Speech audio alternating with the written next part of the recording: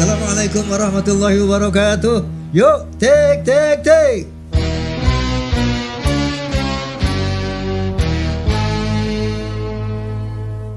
Assalamualaikum warahmatullahi wabarakatuh. Waalaikumsalam warahmatullahi wabarakatuh.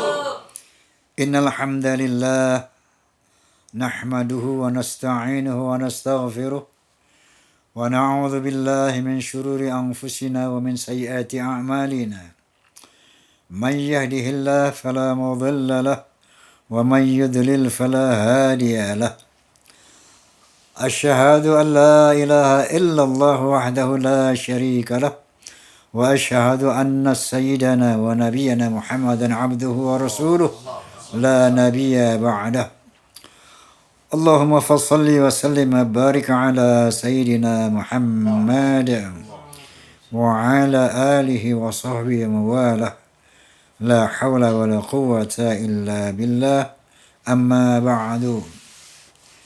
Sebagaimana biasa, saya ingin menyapa fans of Roma and Soneta Forza yang kini tengah dalam masih suasana duka cita karena kita baru saja ditinggalkan oleh Ketua Umum kita, Saudara Kuswanto.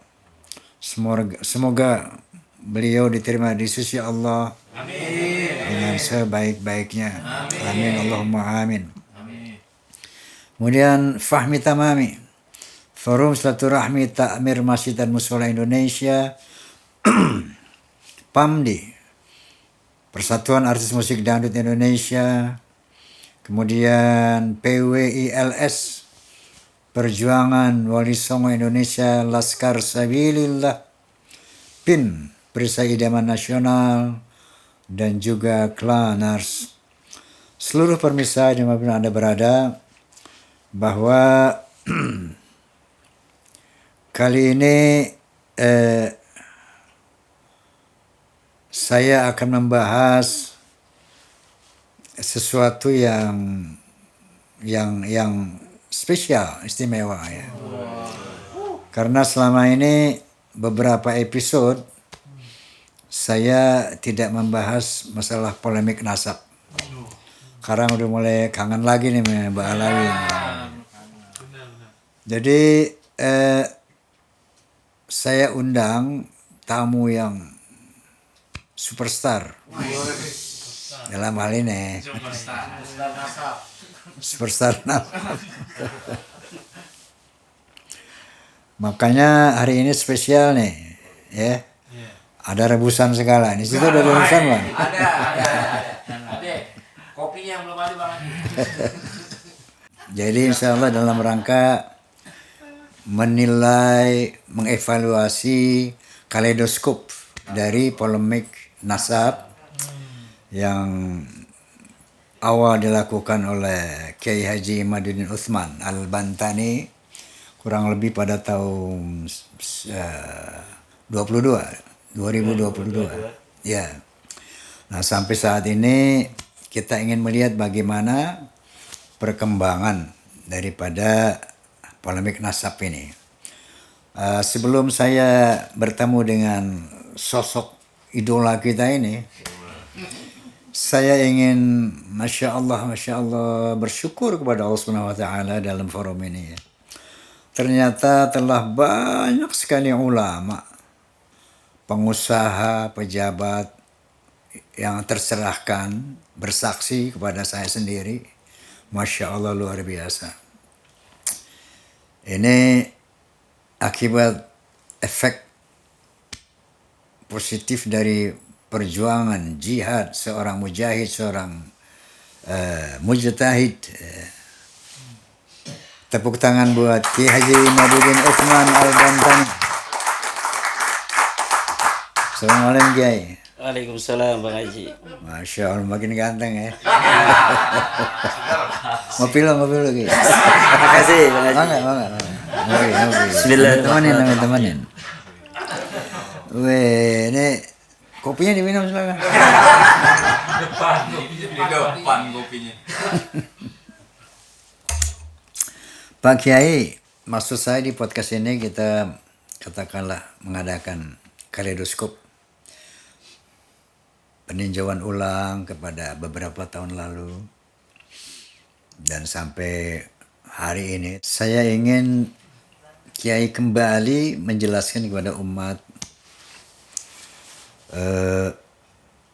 apa yang membuat Kiai itu dulu, kan antum mantan Muhibin.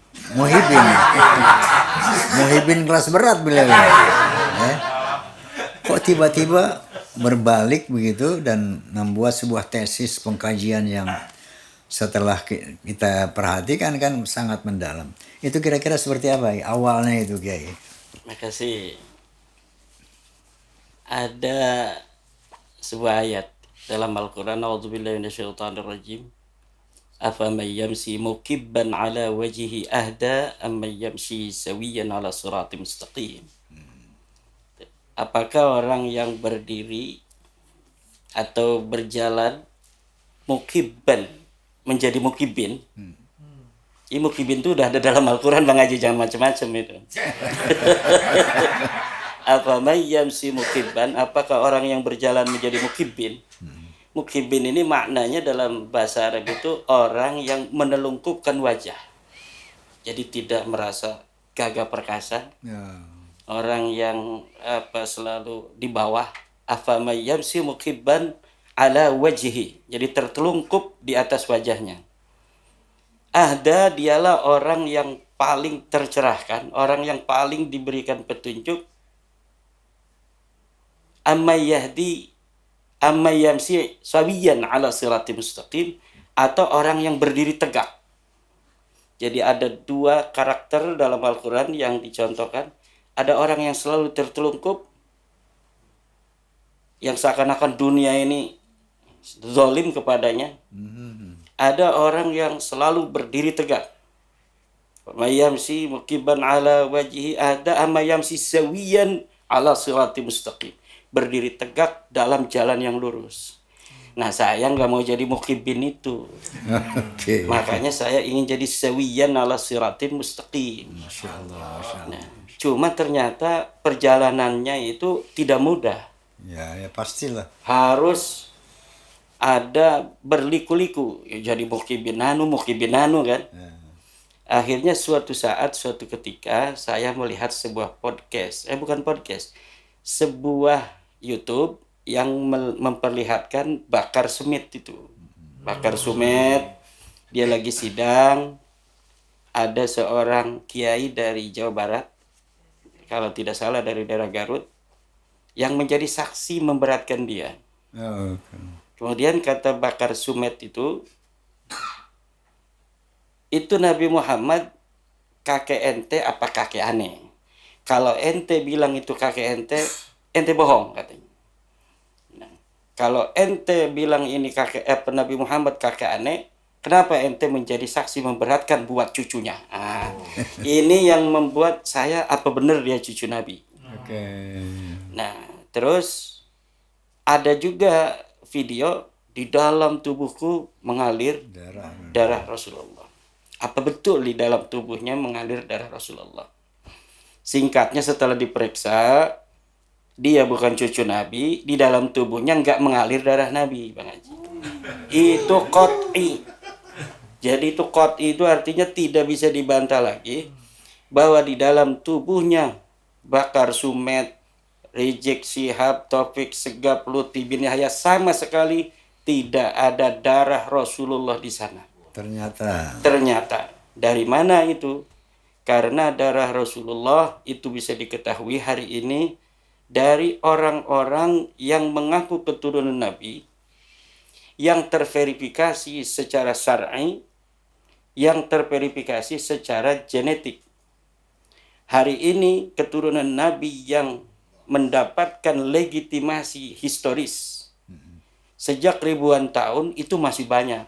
Adanya di Mekah Al-Mukarramah, dari keluarga Bani Qatadah, dari keluarga Sulaimaniyah, dari keluarga Bani Ajlan, dari keluarga Raja Yordan, dari keluarga Ar-Rasi yang ada di Yaman. Yaman sana tuh, Yaman sebelahnya Hadramaut. Nah, semua itu mengaku keturunan Nabi dari jalur Husain. Dari jalur Hasan, maaf. Qatadah ini menjadi penguasa Mekah dari tahun 1200 Hijriah sampai tahun 1926. Sampai baru beberapa puluh tahun yang silam. Sebelumnya, keluarga Sulaimaniyah itu menjadi penguasa dari 4 Hijriah sampai 10 Hijriah. Jadi 600 tahun. Setelah 600 tahun dia kalah dalam politik, kemudian dari keturunan Sayyidina Hasan juga, yaitu dari keluarga Bani Qatadah, naik selama 200 tahun. Nah, mereka ini tidak saling berkompromi. Ketika Bani Sulaimaniyah abad 10 itu tidak menjadi penguasa di Mekah, keturunannya biasa, jadi orang biasa ada di Mekah. Kemudian naik Bani Qatadah, dialah yang menjadi penguasa Mekah. Sampai sekarang masih ada, yaitu di Yordan. Kemudian di Yaman Utara, di San'a itu Bani Ras, namanya Rasi At-Toba. Itu sejak tahun 280 Hijriah tercatat di dalam kitab. Mereka menjadi penguasa sampai 1967. 1967 selesai itu kekuasaannya.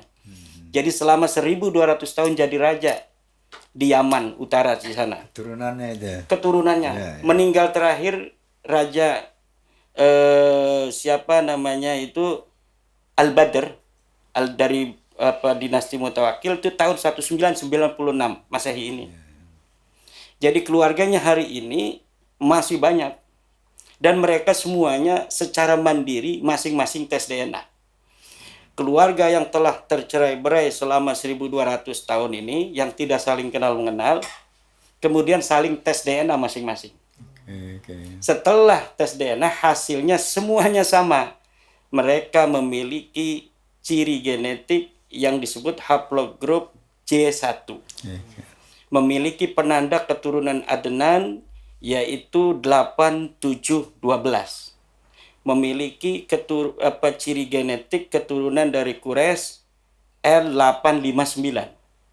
Memiliki keturunan genetik dari Bani Hasyim 8703.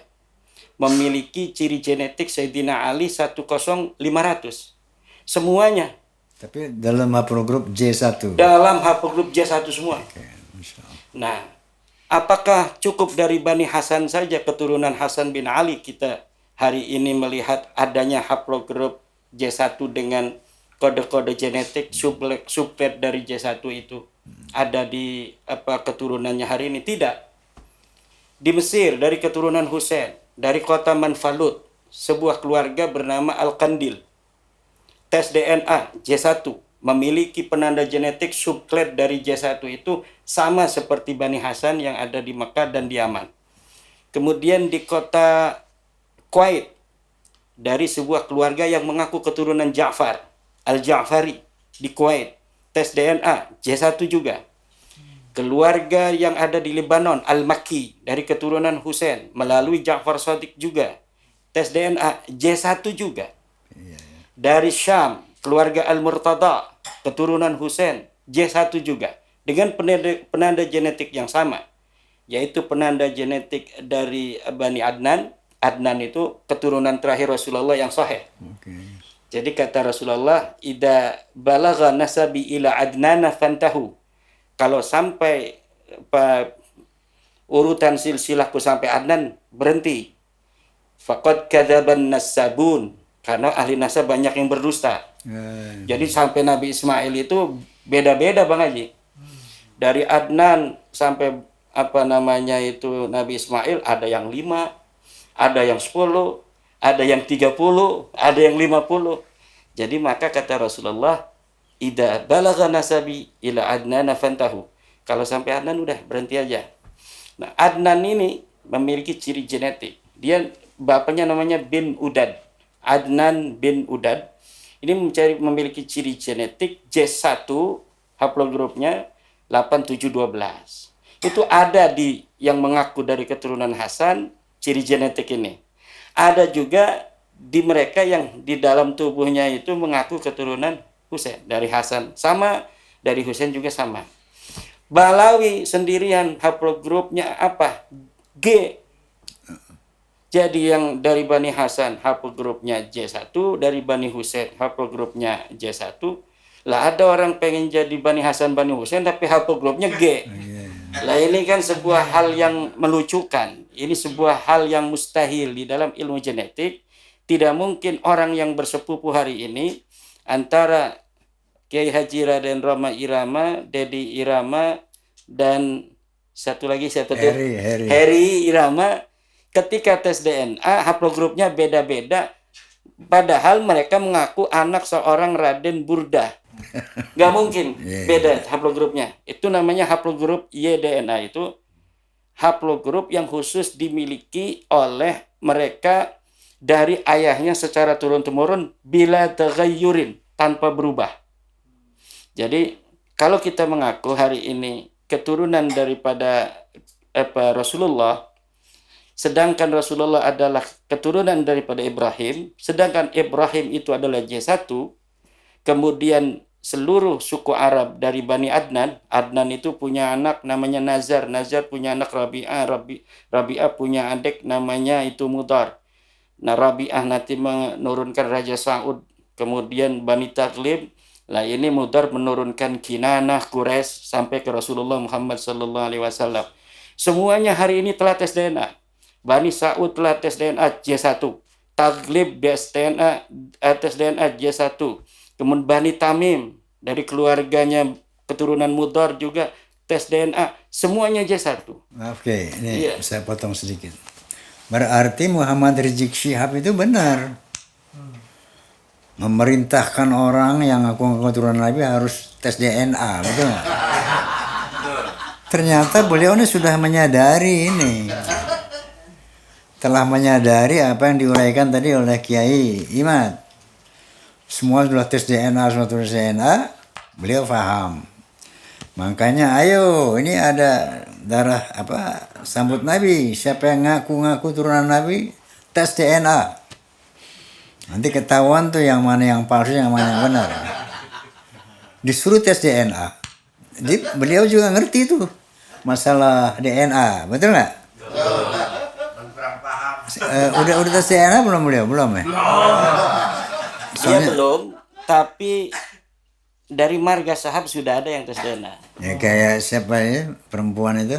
Kalau Najwa Shihab itu mitokondria untuk mengetahui apa dari jalur perempuan, dan juga tes DNA untuk mengetahui leluhur berapa persen campuran yang ada di dalam tubuh kita. Jadi tes DNA itu macam-macam Bang Haji.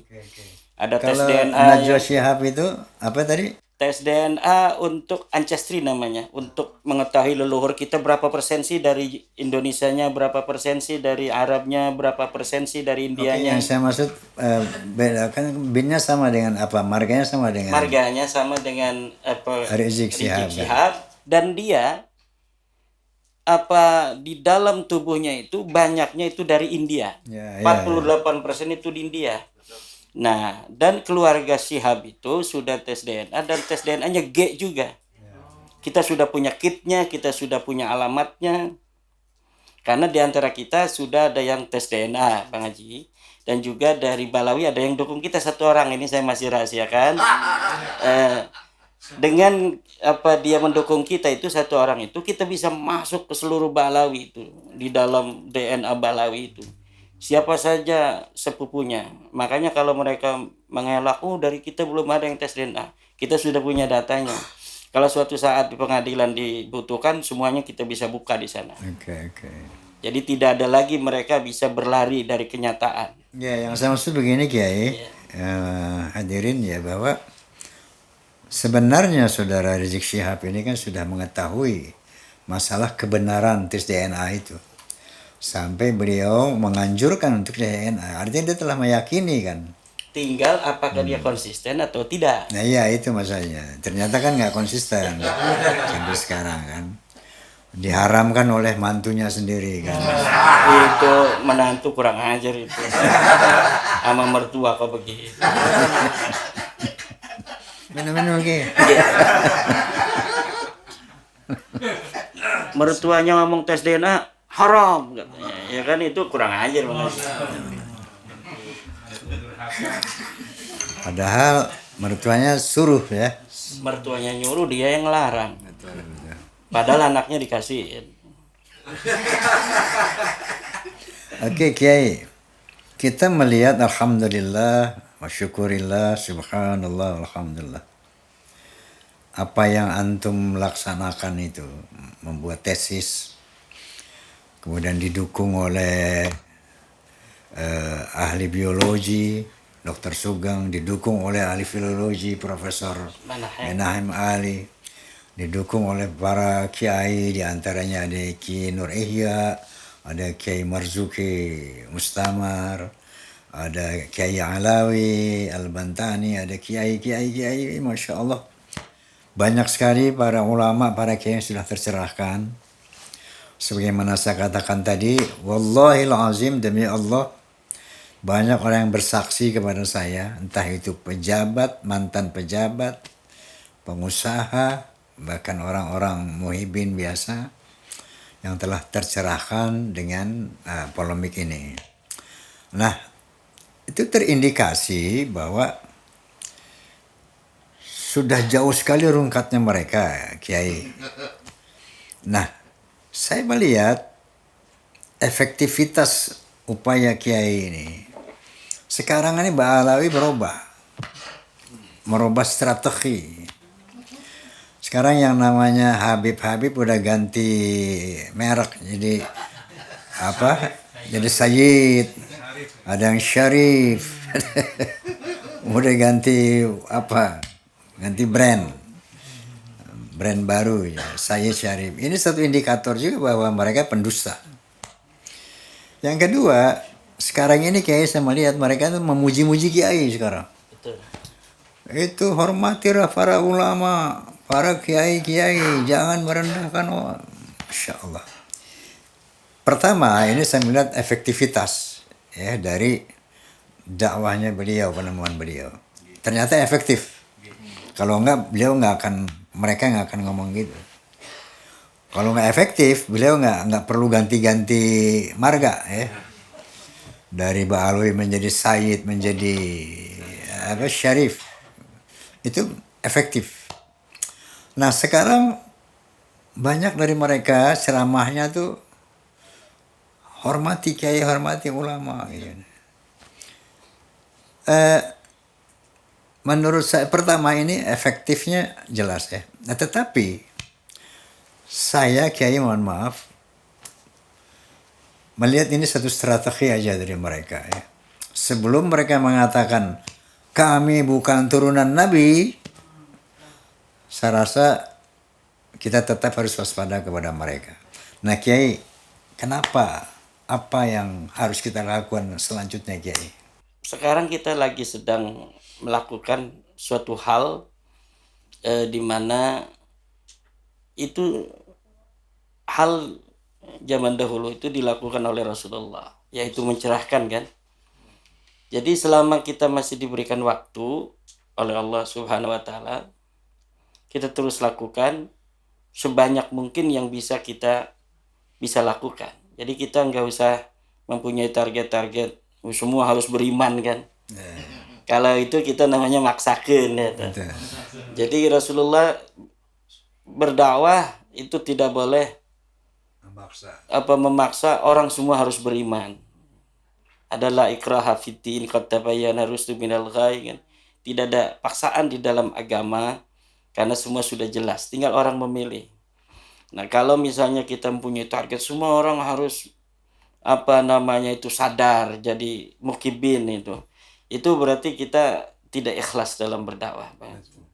Jadi apa yang kita bisa lakukan, hidup ini kan di dalam dunia ini berkelanjutan. Sekarang ada kita, dulu ada orang tua kita, besok ada anak-anak kita. Masa kita mau ambil semua tugas ini untuk kita sendiri tanpa menyisakan amal untuk anak-anak kita yang berjuang. Karena sejak Adam itu ada, di situ sudah ada dakwah Nabi Adam untuk anak-anaknya. anak-anaknya dan keturunannya, cucunya juga udah ada yang kufur waktu Nabi Adam masih hidup. Kemudian zaman terus berjalan antara kebaikan dan kebenaran, antara kebenaran dan kebatilan selalu beriringan. Tinggal di mana kita mau menempatkan diri, lalu kita mau melakukan apa. Apakah di dalam pertarungan abadi antara kebenaran dan kebatilan, kita ingin yang menjadi pejuangnya dari kebenaran, atau kita mau melakukan kebatilan, atau kita mau biasa-biasa aja di tengah. Cari aman. Nah, itu dalam setiap masa akan ada seperti itu.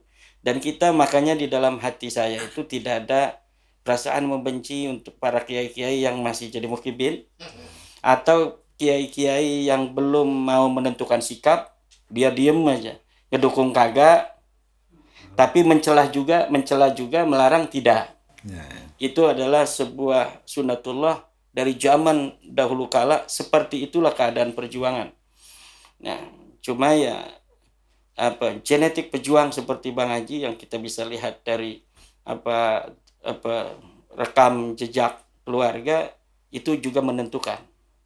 Nah, kita tidak bicara bahwa genetik itu menjadi penentu suatu perjuangan, tetapi memang kebanyakan dalam setiap masa pejuang di suatu masa, maka di masa yang lain pejuang yang akan muncul itu kebanyakan dari satu aliran yang sama secara genetik. Nah, kalau misalnya kita lihat dari Balawi misalnya, haplogrup G yang hari ini ditemukan di Balawi juga dulu ditemukan di Stalin misalnya. Terus ditemukan juga di Yuya, dukun Fir'aun. Apakah itu garis lurus, apakah itu ponakan, wallahu alam. Yang jelas orang-orang yang tidak baik banyak di haplogrup G, tetapi tidak menutup kemungkinan dari G juga akan muncul orang-orang yang baik kan.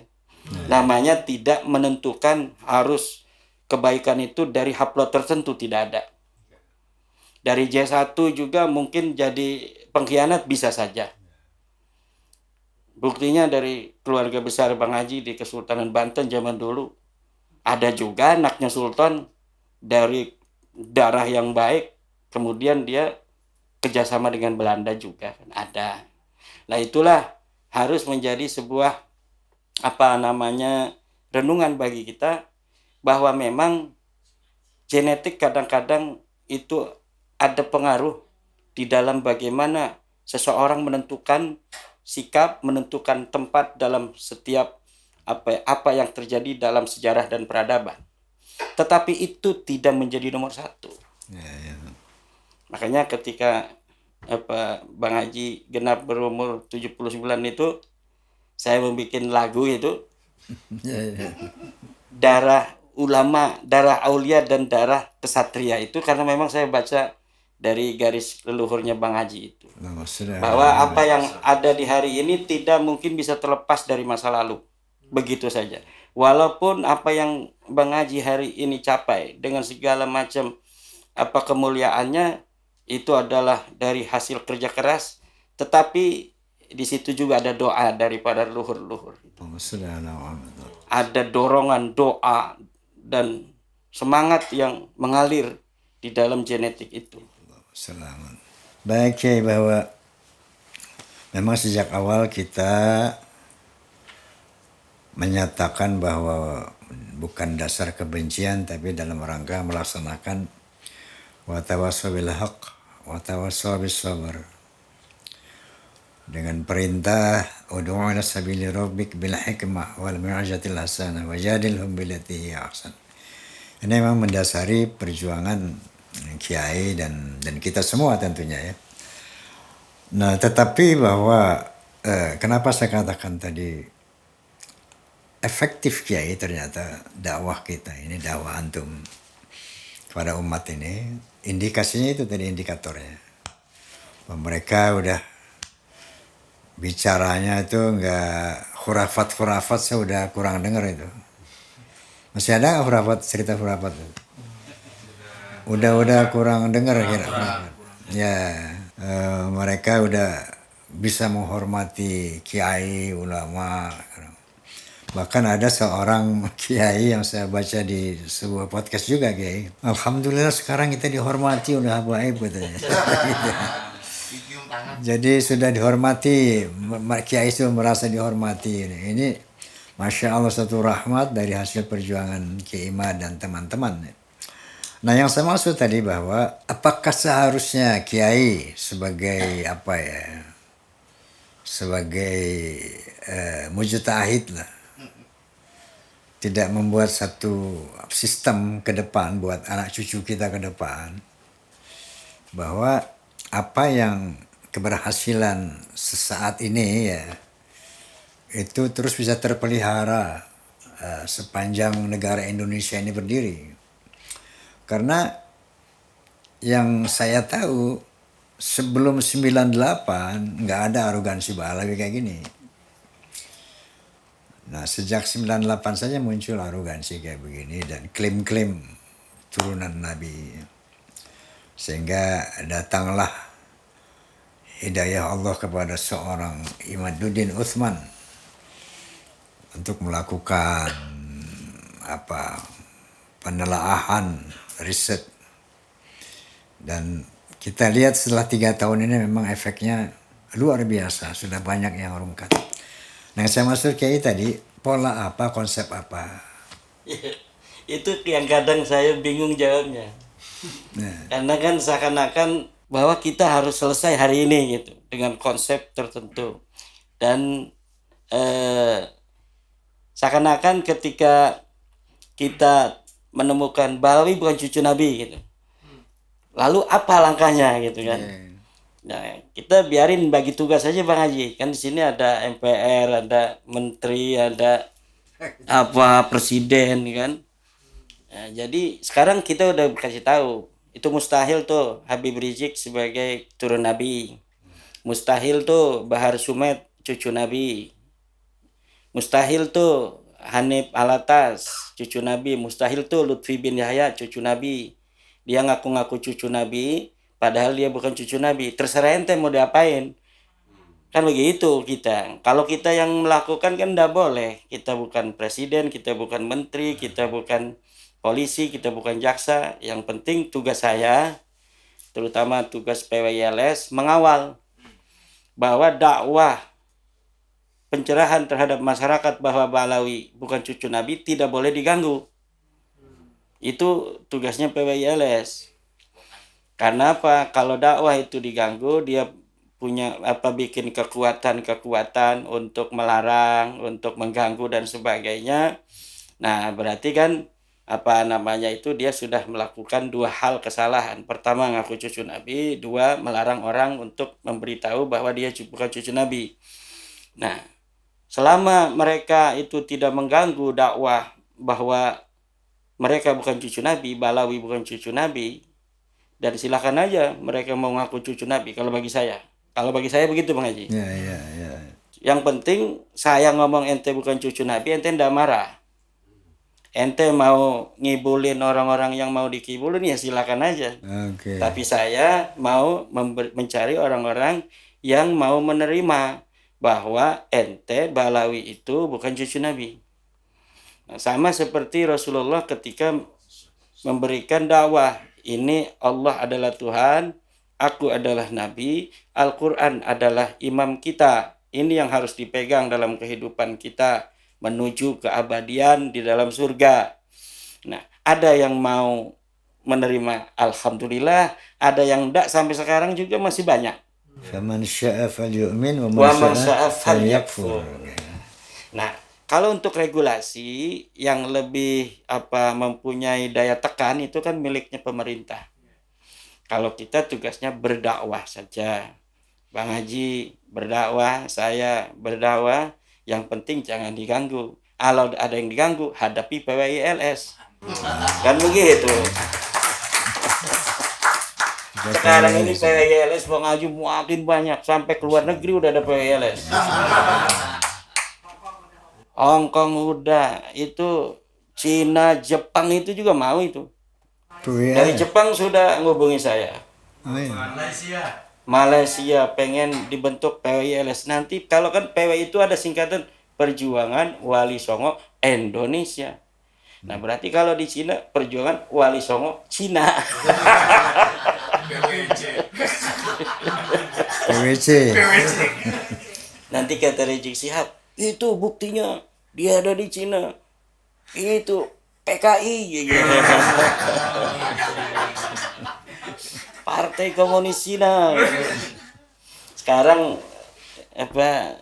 daerah yang selama ini dibangga-banggakan hancur rata tuh Bang Haji. Nah, Dibom tuh sama Saudi. oh ya mana dia? Iya. Hadramaut. Hadramaut. Nah, bagaimana antum melihat Hadramaut yang dianeksasi sama Saudi? Ya karena kurang barokah Bang Haji. Kurang barokah. Kalau barokah kan ke Indonesia baldatun thayyibatun warabun ghafur. Di sana itu di Tarim es krim aja nggak ada kayaknya Bang Haji. Es krim aja nggak ada kayaknya. Sepi. Saya lihat di video-video itu di YouTube konten kreator, Alfamart aja nggak ada di sana.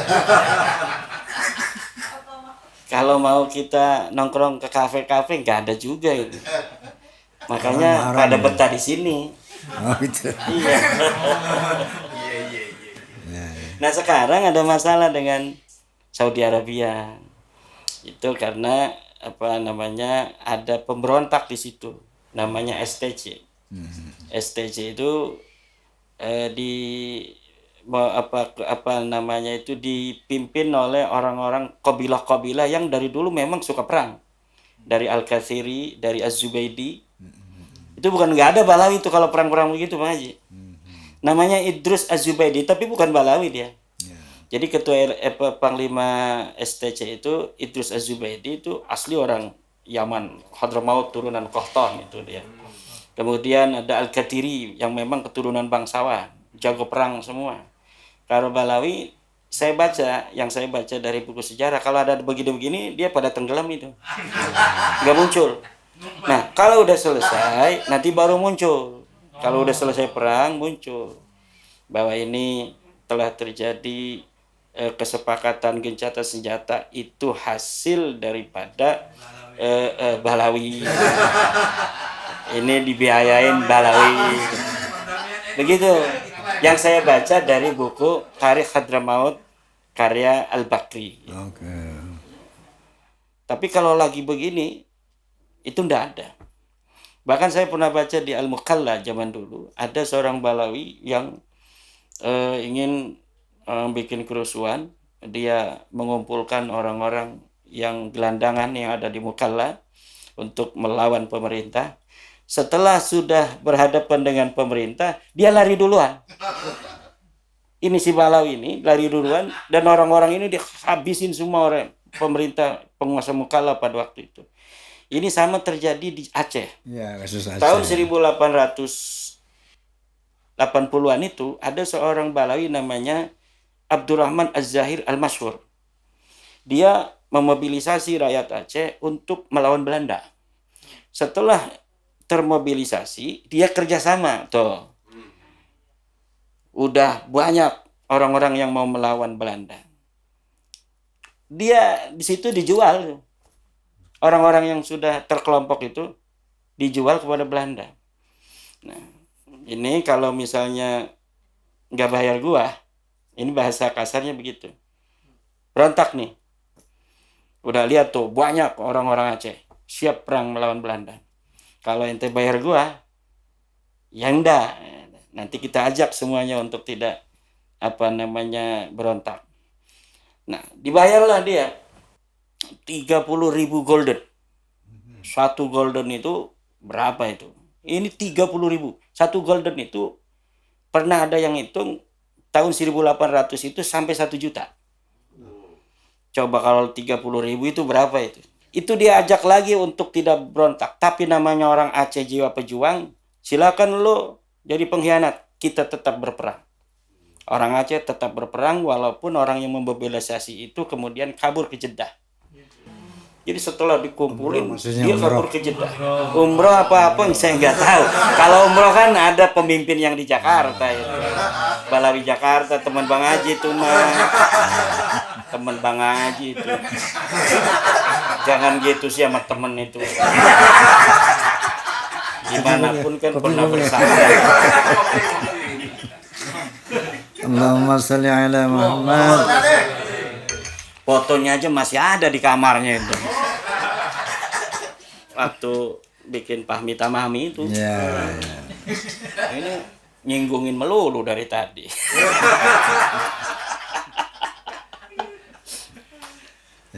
Masya Allah. Foto sama saya juga ada dia. Oke, jadi pemirsa bahwa tadi Kiai Imad telah menjelaskan bahwa perjuangan katakanlah meluruskan ya, masalah nasab ini ya bukan kelompok kita sendiri, tetapi semua harus ikut dengan alasan, dengan dasar bahwa perjuangan Kiai Imad kemudian disambung oleh Kiai Abbas Buntet yang mendirikan PWILS ini sebetulnya tujuannya adalah menyelamatkan sejarah, entah itu sejarah NU, sejarah Wali Songo, sejarah bangsa, menjaga akidah umat Islam dari hal-hal khurafat dan kemusyrikan, dan terutama lagi menjaga NKRI, Negara Kesatuan Republik Indonesia, yang memang mereka punya agenda yang jelas sekali untuk menguasai Indonesia. Indonesia milik Aulia Tarim, ini kan satu klaim yang tegas dari mereka, yang memang tidak bisa dibiarkan sebagai Muslim dan sebagai anak bangsa. Kiai, masalah mudzakarah atau masalah pertemuan Diskusi. membahas nasab ini, polemik ini dengan Rabithah Alawiyah dengan Kiai misalnya kan, ini deadlock apa masih ada kelanjutan, ada kemungkinan gitu? Saya kurang tahu, harusnya Bang Haji ngebel topik sigap itu. Gimana gitu. Kalau dari kita selalu terbuka, Bang Haji. Kemarin ada yang telah bersaksi itu, saya lihat di YouTube, panitia dari Cilacap yang menghubungi saya untuk melakukan diskusi dengan Rabithah. Dia independen dari Cilacap, Kiai Salim Group itu. Kemudian saya bilang oke, nanti kami katanya Pak Kiai akan menghubungi hari ini langsung ke Rabithah. Kapan, apa kesiapannya dan sebagainya kita tentukan dari Rabithah.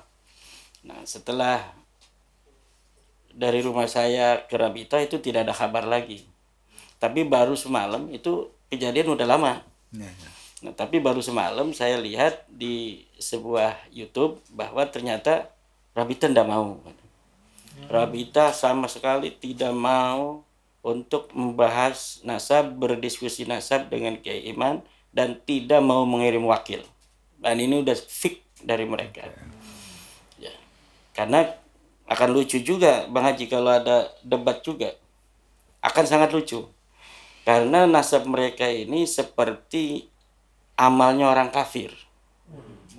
Amal orang kafir itu dalam Al-Quran, walladzina kafaru a'maluhum kasarabim biqi'ati yahsabuhu adh-dham'anu ma'a hatta idza ja'ahu lam yajidhu syai'a. Bahwa amal-amal orang kafir itu seperti fata morgana semu yang terlihat nampak ada air, tapi ketika didatangi air itu tidak ada. Nah, nasab Balawi itu seperti itu.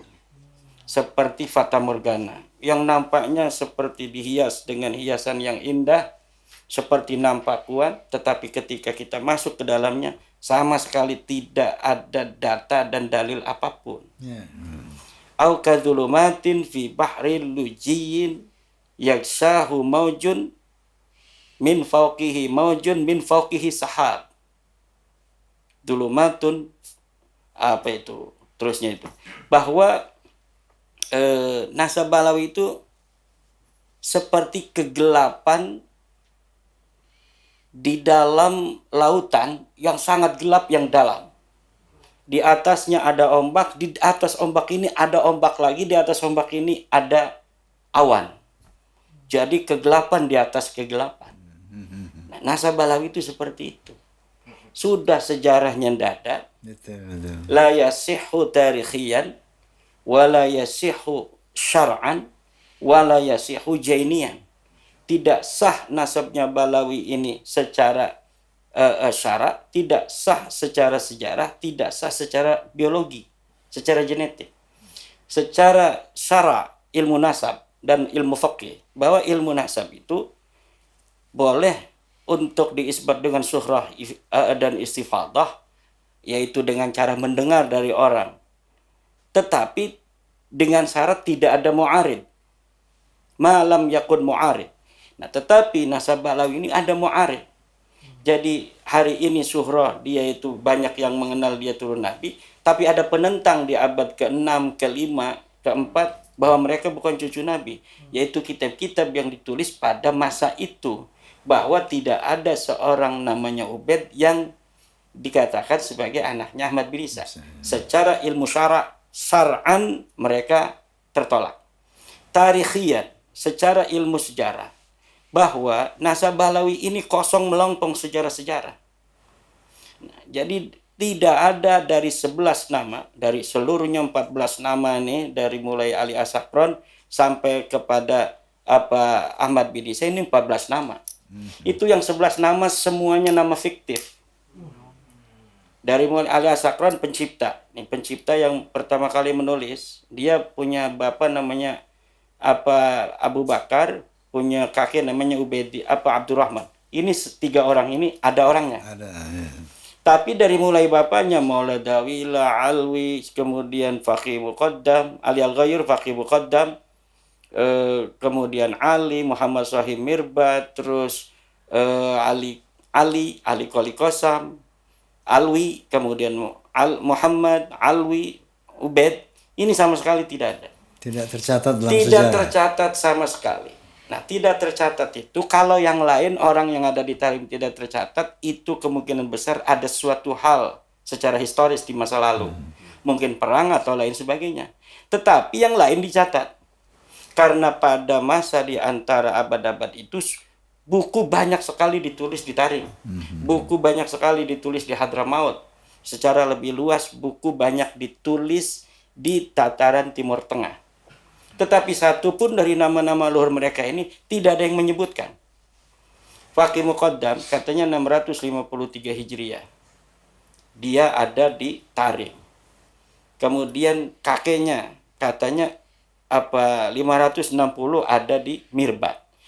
Di Tarim, di Mirbat banyak ulama yang menulis kitab. Satu pun tidak pernah ada yang nyinggung orang namanya Faqih Muqaddam. Katanya ulama besar di Tarim, tapi nggak ada yang pernah nyinggung dia pernah ada di alam dunia. Katanya di Mirbat itu Muhammad Sahih Mirbat sebagai ulama besar, tapi ulama di Mirbat yang nulis kitab sampai hari ini ada kitabnya di tahun yang sama dengan kehidupan dia, itu nggak ada pernah mencatat ada seorang yang namanya Muhammad Sahih Mirbat, nggak ada. Nah, secara tarikhi mereka gugur, batal tarikhian. Nah, secara jenian, secara ilmu biologi, genetik, mustahil. Orang yang haplog grup G pengen jadi cucu Nabi. Itu kodok pengen jadi gajah. Tapi yang Mi'raj 70 kali semalam kan itu ya, kita juga punya sejarah. Gundala bisa terbang. Gatot Kaca juga ya? Gatot Kaca bisa terbang juga. Iya. Sangkuriang bisa nendang perahu jadi gunung. Lah kita gedein aja itu. Tapi selama saya mengenal kisah tokoh Sangkuriang, tidak ada hari ini orang yang mengaku keturunan Sangkuriang. Nah, orang di Amerika banyak tokoh fiktif. Ada Superman, ada Batman, Spiderman. Tapi tidak ada orang yang hari ini mengaku keturunan Clark. Yang Superman itu. Yang Spiderman tuh siapa namanya? Peter Parker. Tidak ada orang mengaku saya keturunan Peter Parker. Nah, tapi kalau Balawi dia ciptakan tokoh, lalu dia mengaku keturunan tokoh ini yang dia ciptakan. Kalah Bang Haji mah. Oke. Dan ini bisa dibuktikan pabrikasi ini. Bisa dibuktikan. Bisa dibuktikan secara ilmiah. Karena di situ ada yang disebut argumentium ex silentio. Ada keheningan, kesunyian berita dari nama-nama yang disebut sebagai leluhur mereka itu. Sementara pada saat yang sama nama-nama lain yang ada di tempat yang sama dan waktu yang sama disebutkan. Ada lagi istilah dalam ilmu sejarah argumentium ad ignorantiam. Itu untuk Nasabalawi kita menggunakan metode itu. Karena keseringan mereka berdusta dan berbohong di dalam sejarah, maka setiap buku Balawi kita akan menggunakan metode skeptis di dalam membaca historiografi Balawi dengan sebuah metode namanya argumentum ad ignorantiam. Artinya apa saja yang mereka klaim, kita tidak percaya sampai mereka mampu membuktikan dari klaimnya itu. Jadi kalau mereka ngomong, saya bisa miraj 70 kali luhurnya, saya bilang, luhur ente tidak miraj 70 kali sebelum Anda membawa bukti sebalik dari apa yang saya ungkapkan. Itu dalam ilmu sejarah disebut argumentum ad ignorantiam. Itu masuk dalam falasi, tetapi untuk terbebas dari orang yang biasa berdosa, kita harus menggunakan teori itu dalam ilmu sejarah. Tapi untuk orang-orang yang sejarahnya itu tidak bisa semua dari runtutan tahun-tahun itu buktikan dengan itu contemporary record, yaitu bukti sejaman atau yang mendekati. Untuk orang yang tidak pernah terungkap kedustaannya tidak boleh. Jadi dalam ilmu sejarah pun kalau sebuah keluarga atau satu penulis sejarah tidak pernah terbukti dia pernah mendustakan sebuah klaim sejarah, maka tidak boleh menggunakan argumentium ad ignorantiam. Tapi untuk Balawi, karena ratusan daripada proposisi Balawi itu penuh dengan kedustaan, itu saya bisa kalau mengurut ratusan itu Bang Haji. Bentar, Kiai. Pemirsa, memang kita sendiri bisa membuktikan ya bahwa mereka itu tukang bohong. Kita bisa membuktikan. Contohnya bagaimana orang Pekalongan juga, Lutfi bin Yahya itu bikin makam palsu, ya, merubah makam siapa yang menjadi bin Yahya itu, Sumodiningrat. Itu kan suatu kebohongan. Kemudian dia berbohong lagi merubah sejarah NU. Katanya salah satu pendirinya ada kakek beliau, Hashim namanya. Hashim bin Yahya. Itu kan bohong. Dan banyak kali kebohongan-kebohongan yang tentang pahlawan nasional. Nah, namanya Diponegoro, Loba Alwin, semua itu kan bohong. Jadi yang Kiai tadi utarakan bahwa mereka tuh banyak berbohong. Kita sekarang ini pun bisa membuktikan dengan terang-benderang bahwa mereka banyak berbohong.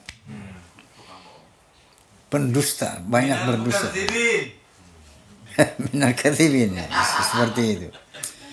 Jadi Masya Allah, Kiai, kalau saya katakan tadi efektivitas daripada dakwah antum ini semakin kelihatan ya efeknya, bahwa banyak sudah ulama yang mulai tidak menjadi muhibin lagi, kemudian pengusaha, pejabat, dan rakyat biasa.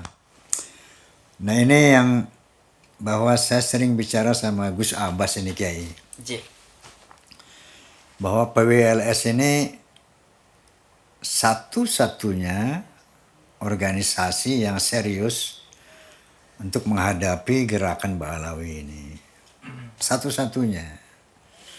Kita tahu banyak sekali ormas Islam di Indonesia, tapi tidak ada yang sungguh-sungguh serius menghadang gerakan-gerakan agenda-agenda Balawi ini. Nah, oleh karena itu saya selalu menganjurkan Kiai, entah di forum-forum tabligh atau di podcast atau bicara-bicara umum. Ini PW ini harus didukung gitu ya. Harus didukung, harus dibesarkan. Makanya kemarin saya usulkan kepada ketum untuk membuat yel-yel bahwa PWILS Izul Islam wal Muslimin.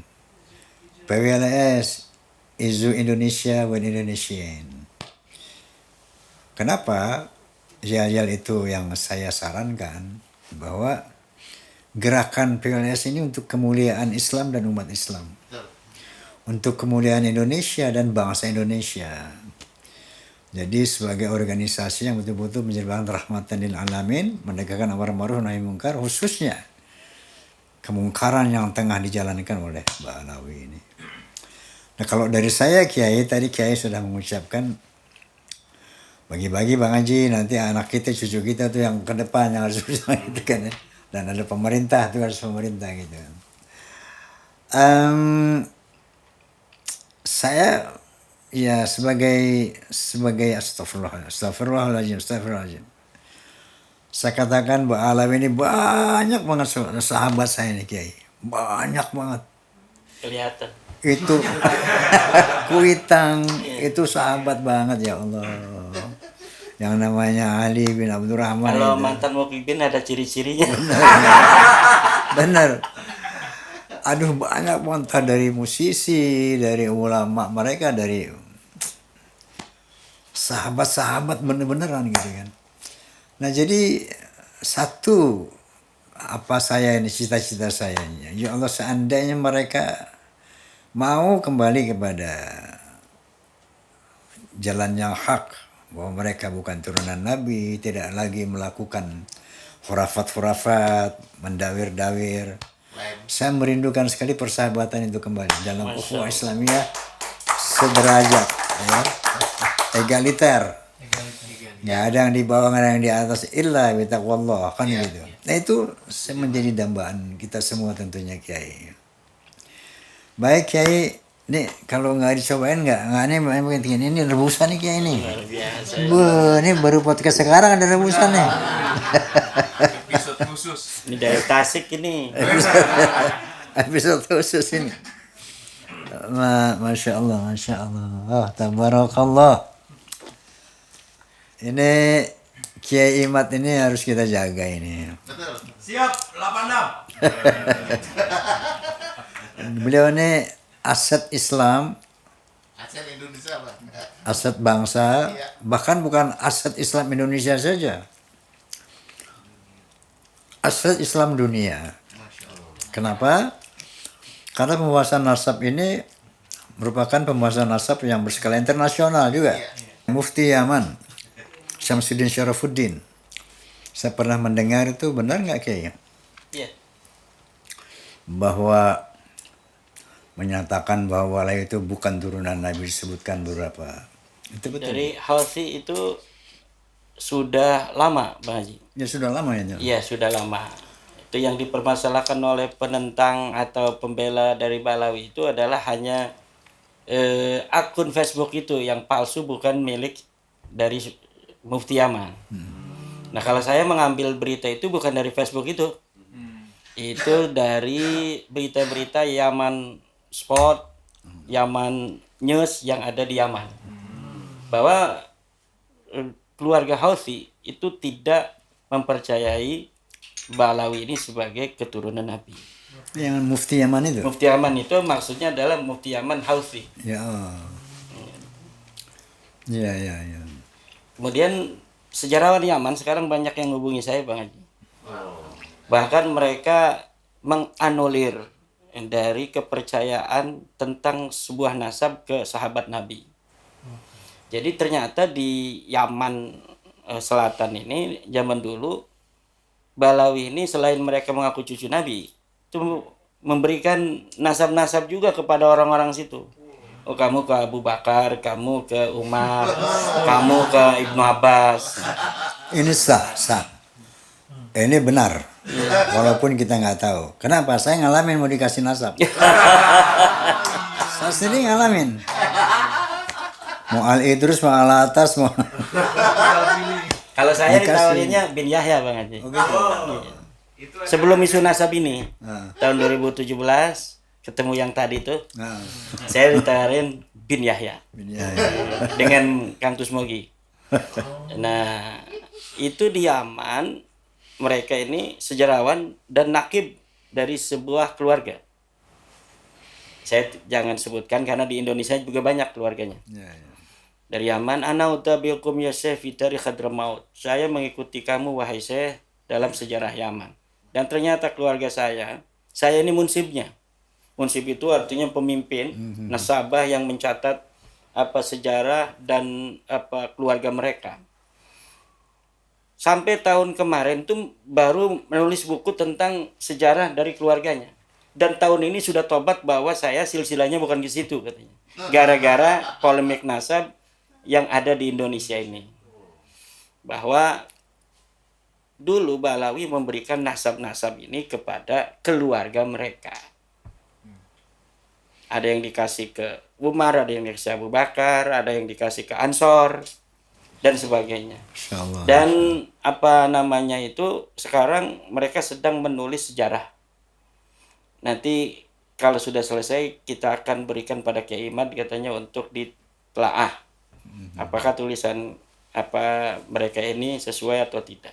Karena dari apa Yaman, sejarawan banyak yang kritik pada nasab Balawi, tetapi untuk yang berani menyimpulkan bahwa satu Ahmad bin Isa tidak bergelar Al-Muhajir pada saatnya dan baru bergelar itu pada abad ke-11-12, itu baru saya. Bahwa Ahmad bin Isa tidak pernah berhijrah ke Yaman, itu baru saya yang mengeluarkan secara tegas. Ya, ya. Kemudian bahwa kuburan Ahmad bin Isa yang ada di Yaman itu bukan kuburan Ahmad bin Isa. Karena adanya baqa'u makana ala makan bahwa Ahmad bin Isa ada di Madinah. Sesuatu peristiwa yang hanya di dalam sejarah itu diketahui ada di suatu tempat tentang seseorang, maka seseorang itu ada di situ sampai ada berita yang menyatakan sebaliknya. Itu dalam sejarah itu, dalam penelitian kritik sejarah itu semuanya seperti itu. Nah, untuk nasab-nasab atau sejarah-sejarah yang tidak dapatkan banyak kekeliruan dan kedustaan, maka kita harus menggunakan teori di dalam argumentium excellentia itu, biarkan sebuah peristiwa yang paling lama didapatkan, misalnya begini, tentang Sunan Gunung Jati. Sunan Gunung Jati itu 1500. Tapi misalnya bukunya hanya bisa kita akses tentang sejarahnya ada di tahun 1800, misal. Nah, selama belum pernah kita mendapatkan ada pendusta tentang Sunan Gunung Jati ini sejarahnya, maka sejarah yang kita dapatkan tahun 1800 itu masih bisa kita terima. Sampai ditemukan bukti contemporary record, bukti sezamannya. Nah, apabila bukti sezaman ditemukan, maka sejarah yang hari ini sudah suhra istifadah itu akan dengan sendirinya gugur menggunakan contemporary record yang lebih tua. Nah, apalagi kalau ada bukti yang betul-betul ditulis oleh sang tokoh. Dan hari ini bukti-bukti itu semakin banyak terungkap. Kemarin dari Kanoman, dari salah satu peneliti sejarah Kanoman, Kiai, itu yang Kiai bilang katanya bahwa Pangeran Wangsakerta yang ditemukan tahun 1970 itu palsu, yang menyambungkan kepada Sunan Gunung Jati itu ke Balawi. Kan kata saya itu palsu. Itu sesuai dengan penelitian pakar dari UI bahwa kertas yang dipakai bukan kertas tahun 1700 tapi tahun 1969. Nah, sekarang katanya kita sudah buka, ternyata sebenarnya memang ada sebuah buku karya Pangeran Wangsakerta, tapi tidak ada silsilah Sunan Gunung Jati ke Ba'alawi itu. Nah, ini sudah terbukti adanya perubahan dan sengaja membelokkan sejarah dan nasab daripada Sunan Gunung Jati Syarif Hidayatullah itu. Saya bilang, Pangeran, saya manggil Pangeran Elang di sana. Apakah saya bisa melihatnya? Bisa, tapi Kiai nggak bakal bisa baca. Kalau Hana Caraka saya pernah belajar, kata saya. Ini bukan Hana Caraka, Raja Kasa apa-apa itu. Jadi tulisan Cirebon. Jadi tulisan Cirebon yang ada mirip dengan Hana Caraka, tetapi bukan Hana Caraka. Bukan tulisan Jawa. Kata saya, ada nggak yang bisa baca? Ya kami di sini bisa membacanya. Boleh nanti, yang penting kata saya jangan dibohongin nanti saya. Lah, kita nanti ngomong keras-keras ternyata yang diterjemahkan oleh dia beda nanti. Tapi saya percaya karena dia cucu Sunan Gunung Jati Syarif Hidayatullah. Saya pernah ada baca komentar di kolomnya Soneta itu. Terima kasih kepada Sunan Gunung Jati telah mempunyai cucu Bang Haji Roma Irama. Gitu. Agar untuk bisa mencerahkan masyarakat Indonesia ini. Masya Allah. Allahumma sholli ala Muhammad. Mang gitu, Kiai. Mohon ada aya komentar. Abi maca komentar anu aya di Soneta Kreo apa dibacanya? Kru ya. Soneta Kru. Allahumma sholli ala Muhammad. Baik, Kiai. Barangkali ada pesan penutup, Kiai.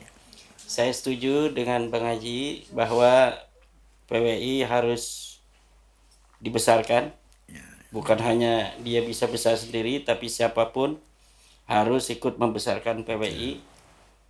PWI LS, Izil Islam wal Muslimin, PWLS, Izi Indonesia wal Indonesiyin. Saya pesan seperti Al-Quran berpesan, wala tanaza'u fatafshalu wa tadhhab rihukum. Jangan saling bertengkar. Nanti kalau bertengkar, fatafshalu akan menjadi lemah. Kalau sudah lemah, wa tadhhab rihukum akan hilang kewibawaannya, orang tidak menjadi segan lagi. Wasbiru innallaha ma'as-sabirin, dan bersabarlah dalam berjuang. Innallaha ma'as-sabirin, sungguhnya Allah beserta orang-orang yang sabar. Baik. Pemirsa, terima kasih atas perhatiannya, khususnya kepada PWLS. Semoga ini menjadi lebih semangat buat kita. Jazakumullah khairan katsira. Sebelum kami tutup, ini pertemuan yang keberapa nih kayak gitu ya? 3. Tiga. Terima kasih Bang Haji. Udah 3 tuh Mas Harun. Terima kasih banyak untuk Bang Haji Roma Irama. Baik, wallahul muwaffiq ila aqwamit thoriq, billahi taufiq wal hidayah. Assalamualaikum warahmatullahi wabarakatuh. Waalaikumsalam.